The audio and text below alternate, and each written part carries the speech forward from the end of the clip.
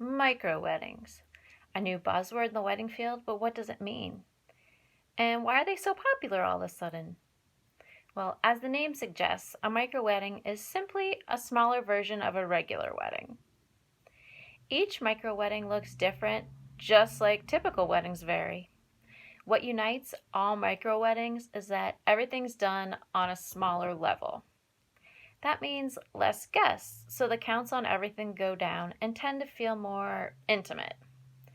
Some couples choose destination micro weddings and sometimes call those elopements depending how small they are.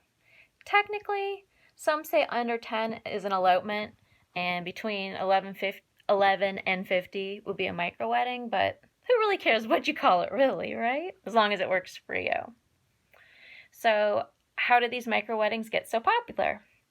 Well, the whole COVID thing limited numbers of people gathering, and it also limited the venues that stayed open based on the laws and which venues even survived the pandemic. There were essentially a traffic jam of brides who postponed their weddings, along with new couples who got engaged during 2021, 2020. And out of this increased the need for wedding venues, and it birthed the popularity in these micro weddings. And of course, during the pandemic, people did these micro weddings as well, keeping the numbers legal for their gatherings.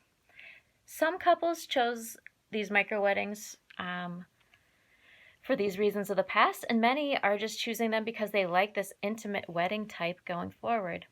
I say it feels a little more homey and easygoing when the bride and groom have only the people that are the very closest, most supportive ones for them there. But of course, only you know what type of wedding is the right one for you. So until next time, this is your big day, so don't forget to follow your dreams when it comes to wedding planning. Following this advice, I truly believe and have seen that weddings can be fun. Cheers!